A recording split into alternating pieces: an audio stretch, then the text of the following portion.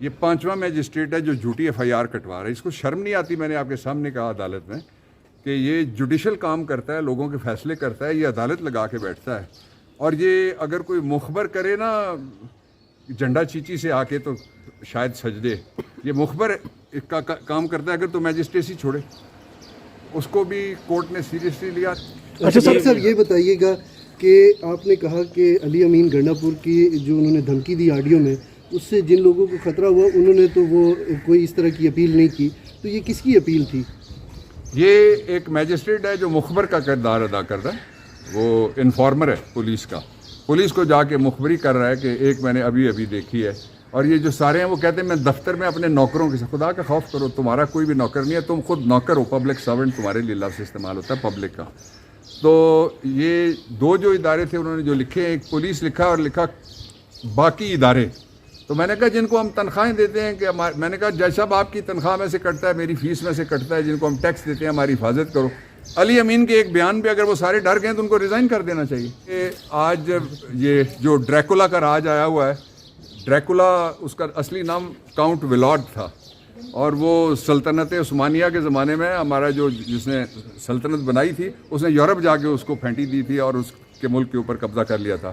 یہ جو count Willard اور المعروف ڈریکولا ہیں, انہوں نے پورے ملک میں خوف کی فضا پیدا کرنے کے لیے ان حکمرانوں نے کیا کیا ہے کہ جی میڈیا کو اندر نہیں آنے دینا. پولیس کھڑی تھی نا سیدھی. آپ کو علی امین کے بیان سے ڈر لگتا ہے, آپ کو عمران خان کی پریس کانفرنس سے ڈر لگتا ہے, آپ کو بابر امان کے دلائل سے ڈر لگتا ہے.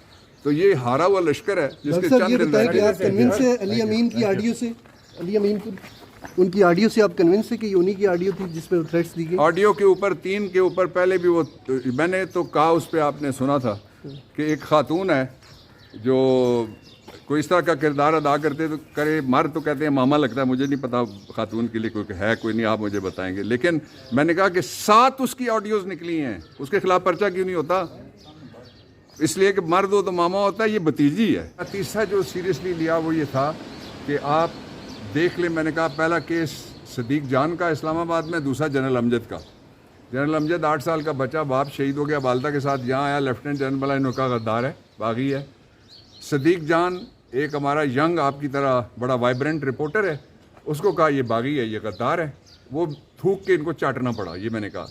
تیسرا جو چاٹا انہوں نے عمران ریاض والا میرے خیال میں قصور, میں نے کہا یہی لگتا ہے کہ اس کے نام میں عمران آ گیا, اس لیے اس کو پکڑ رہے ہیں بار بار.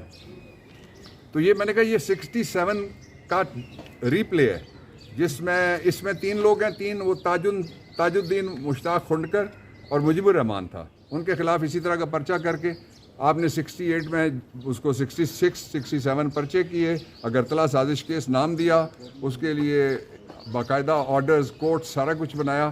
پھر آپ نے جب وہ چاٹا تو ساتھ ہی آدھا پاکستان بھی چاٹا گیا, آدھے سے زیادہ, بلکہ میجورٹی آبادی ادھر رہ گئی تھی.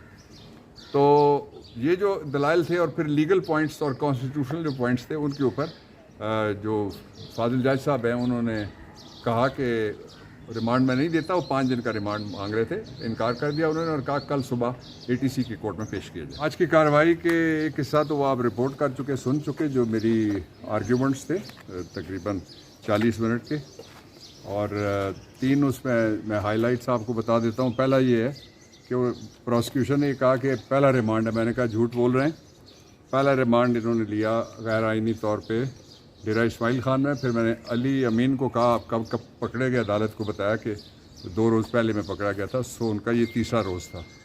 پھر انہوں نے ریمانڈ لیا ٹرانزٹ, یہ تیسرا ریمانڈ تھا. اس کے اوپر میں نے جج صاحب کو بتایا وہ 3 چیزیں تھیں. پہلا یہ کہ ATA جب لگ جائے تو میجسٹریٹ کے پاس اختیار رہ جاتے ہیں صرف 2, ایک یا وہ 24 گھنٹے کا ریمانڈ دیں گے, یعنی کل شام سے لے کے اب صبح تک کا ریمانڈ ہے, کل صبح سویرے میں نے کہا وہ پیش کرنا پڑے گا ان کو ATA کے جج کے پاس. دوسرا میں نے ان کو یہ بتایا آپ کے پاس اختیار ہے اسی طرح کے بیہودہ اور لغو جو اقدامات اٹھا رہی ہے یہ گورنمنٹ,